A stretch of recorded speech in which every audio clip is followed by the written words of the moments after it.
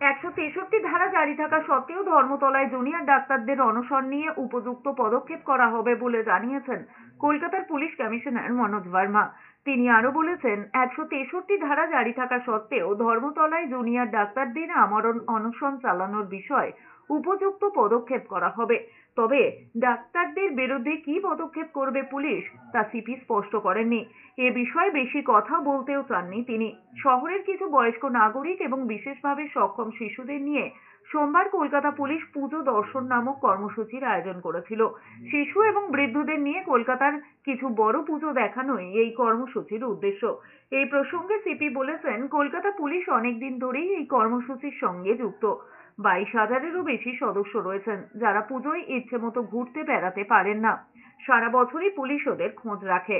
এবছর কর্মসূচিতে অংশ নিয়েছেন 4,000-এর বেশি বয়স্ক নাগরিক এবং 2,000-এরও বেশি বিশেষভাবে সক্ষম শিশু।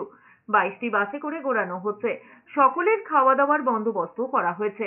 उसमें उचित कार्रवाई की जाएगी।